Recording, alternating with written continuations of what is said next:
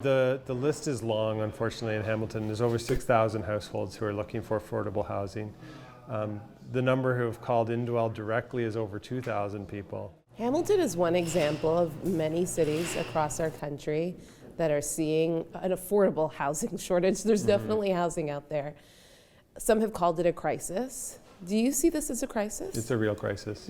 Yeah, it is. We have, as I say, literally thousands of people who have called us.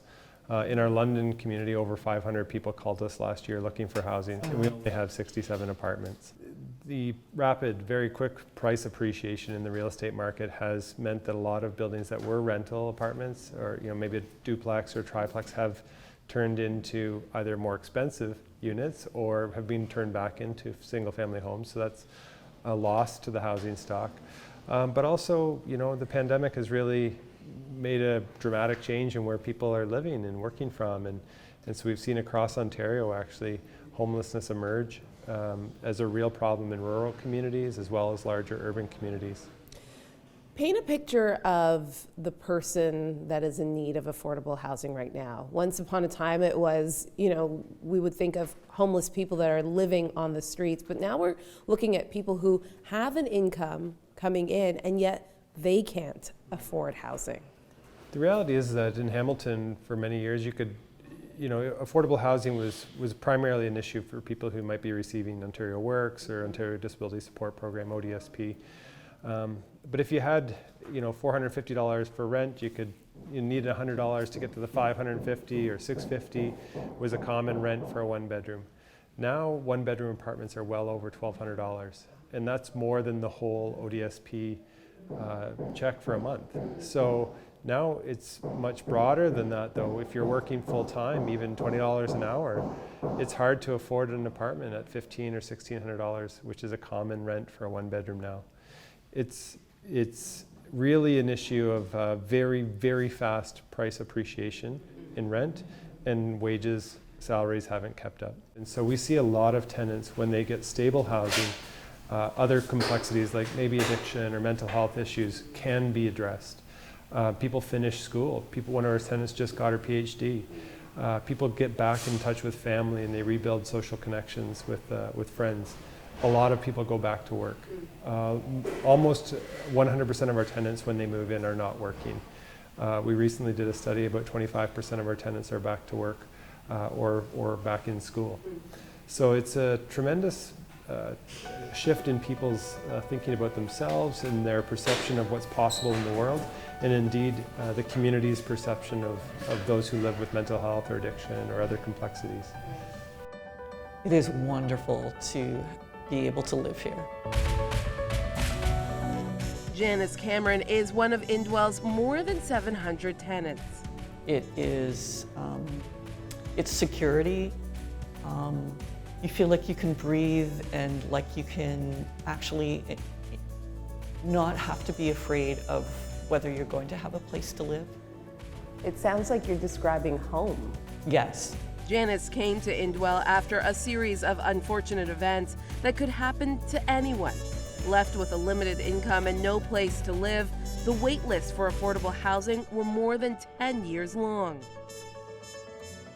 So I had been working, and I have a physical disability, and my condition had worsened, which meant that I could no longer afford my rent, which at the time was about $900 a month.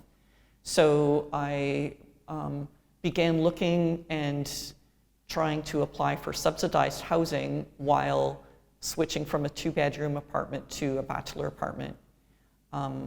Unfortunately, the building that I moved into had a major infestation of both cockroaches and bed bugs. And so within about 10 weeks, they started into my apartment, and the infestation was so bad that it meant I was going to need to throw all of my belongings out.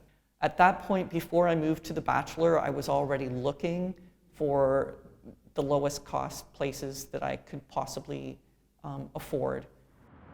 She eventually found a small apartment to share with someone else, but when that fell through, she found herself homeless, living in a shelter.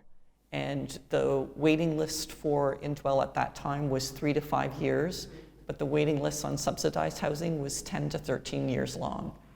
And so it just felt hopeless in terms of, well, okay, like I'm desperate and things aren't okay right now, and I don't have people that I can couch surf in terms of staying on their couches while trying to wait for 10 years to go by. Like, what am I going to do?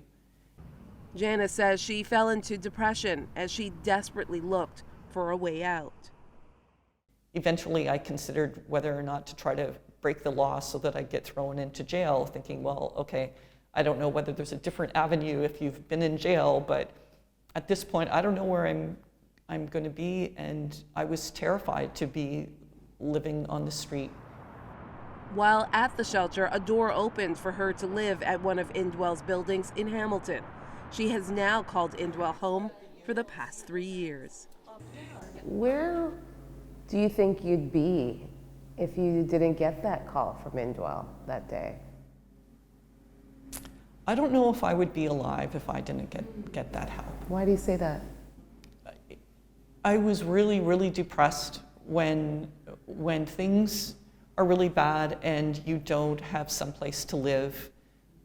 You have to make choices between whether you're going to have food or whether you're going to have a roof, but you know that you don't have enough money to deal with clothing as well as food, as well as rent. And if you have special medications like I did, sometimes you have to pay for those as well. And all of that can add up, and it's not something that you can juggle. Yeah. So it's very easy when you're looking, when you're in a crisis, it's very hard to be told that we can't help you until 10 years. And so depression gets really bad and things feel pretty hopeless. So yeah, don't really think I would be alive if it wasn't for Indwell.